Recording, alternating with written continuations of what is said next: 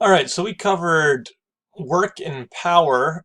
This video is going to cover mechanical advantage and efficiency. Before you get to efficiency, you got to know what mechanical advantage is. So here it is, pretty simple off. It's just your output force divided by your input force. It is a ratio, and it represents the number of times this machine increased the amount of force exerted on the object. So it's pretty simple definition. How many times is this machine going to increase my force? That's mechanical advantage. Whenever I use a machine that actually increases force, then my output force should be greater than my input force. And there are machines out there that do that. For example, this can opener right here. In this case, my mechanical advantage has to be greater than 1. Because again, I'm increasing the force, and the mechanical advantage is a number of how many times do I increase that force. So if I multiply it by 1, then it didn't increase force at all. If I multiply it by a number less than 1, then my force actually went down. And if I multiply it by a number more than 1, then it will increase that force. So here are the cases when it increases force, and therefore my mechanical advantage has to be more than 1. So suppose that I exert a force on I exert 10 newtons of force on this can opener. Let's do some quick math here. Remember, mechanical advantage is equal to your output force. Again, we are dealing with force here over input force.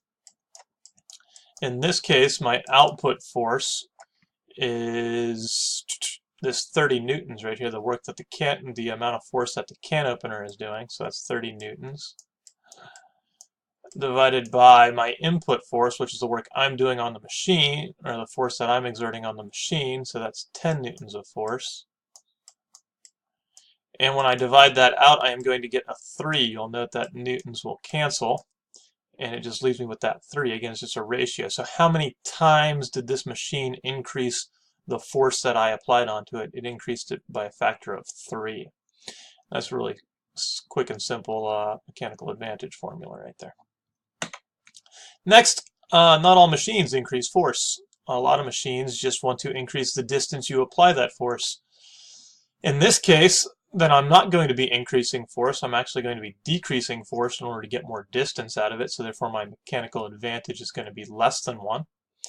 In this case, my output force is going to be smaller than my input force.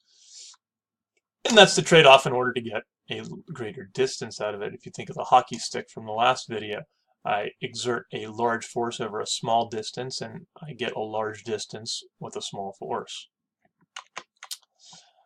The next one would be changing directions. If you are just simply changing the direction, then you are not changing the amount of force you do. You are not changing the amount of distance that you cover with the machine. You're just changing the direction of it, and therefore the mechanical advantage is always going to be 1. If I exert 10 newtons of force downward to lift 10 newtons of weight upward, the same distance, then I didn't really change my input or output force. They're both 10, and 10 divided by 10 is 1. So the ratio still works out, and the formula still applies. It's just that you're going to get 1 every time if you're just changing direction.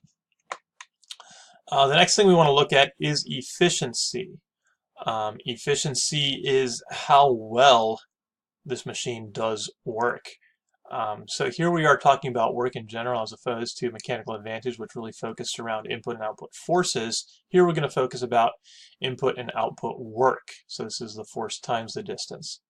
So ideally, the work that you put into a machine is going to be equal to the work that the machine does. However, we don't live in an ideal world. We live in a realistic world. And in our world, we have something called friction that I always have to use work to overcome. That static friction, if you think about it. I got to overcome that static friction to get things to move, and therefore my work is actually always going to be less using a machine than if I didn't use the machine, because I have to get through all that friction. So I am wasting work on friction, therefore my input work should always be greater than my output work. And efficiency is going to be key, comparing the difference between my input and output work. It is going to be measured in a percent, and the higher the percentage, the more efficient I can say the machine is. So basic formula for efficiency is output work divided by input work, and then of course we want it as a percentage, so we're just going to multiply that by 100, and we'll get our percentage. This will always give us a value less than 100 because our output work is always going to be less than our input work. It is not physically possible to put less work into this machine and get out a whole bunch of work. It just, again, you lose it to the friction, so it's actually going to be less every time. So we have real versus ideal. An ideal machine has an efficiency of 100%, and these machines don't exist, but they're fun to think about. Ideal mechanical advantage is a machine's mechanical advantage with 100% efficiency. So our next video is going to talk a little more about ideal mechanical advantage and different ways to calculate that, and we're just going to be ignoring friction in those cases, and therefore we will have 100% efficiency. If you measure mechanical advantage, it will have less than 100% efficiency, so we call this its real mechanical advantage. So ideal, again, you're ignoring that friction, and we have 100% efficiency. Real mechanical advantage, not so much the case. Ideal is just ways to think about different things and design different new models. Ideal is actual practicality in the machines that we use.